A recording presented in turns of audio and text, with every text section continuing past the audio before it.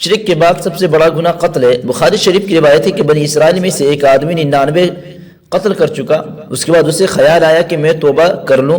اس نے کسی ان پڑھ سے پوچھ لیا کہ میری توبہ قبول ہو جائے گی؟ اس نے کہا تیری توبہ کیسے قبول ہو سکتی ہے؟ 99 قتل کر چکا ہے تو سیدھا دوزخی ہے۔ اس نے کہا 100 تو پورے کروں، ادھورا کام تو نہ ہو، اور اسے بھی اڑا دیا اور 100 پورے کر دیے۔ پھر اسے خیال آیا کہ توبہ کروں تو کسی عالم سے پوچھا کہ میری توبہ قبول ہے؟ کہا بیٹا کیوں نہیں، لیکن ایک شرط ہے، توبہ پکی ہونی چاہیے، اور توبہ پکی اس وقت ہوتی ہے جب آدمی اچھا ماحول اختیار کرے۔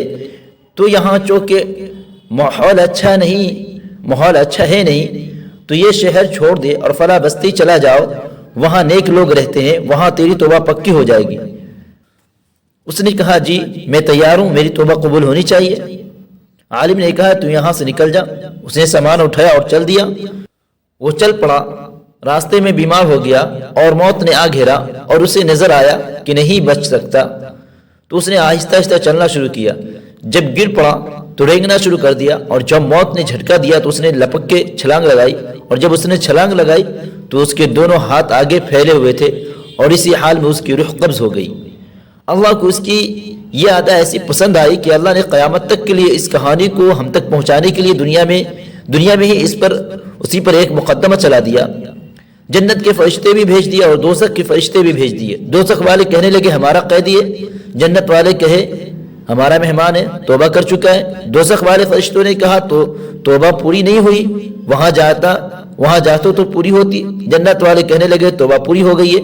جب چل پڑا توبہ ہو گئی، فیصلہ نہیں ہو رہا تھا تو اللہ تعالیٰ نے ایک تیسرا فرشتہ بھیجا۔ اس نے کہا ادھر کی زمین بھی ناپو اور ادھر کی زمین بھی ناپو، اگر گھر کے قریب ہے تو دوزخی ہے، اور اگر اس بستی کے قریب ہے تو جنتی ہے۔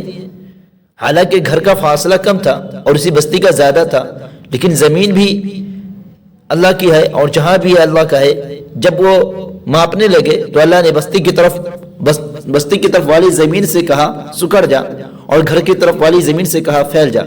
یہ پھیل گئی اور وہ سکڑ گئی، بستی کی طرف گھٹ گئی اور گھر کی طرف بڑھ گئی۔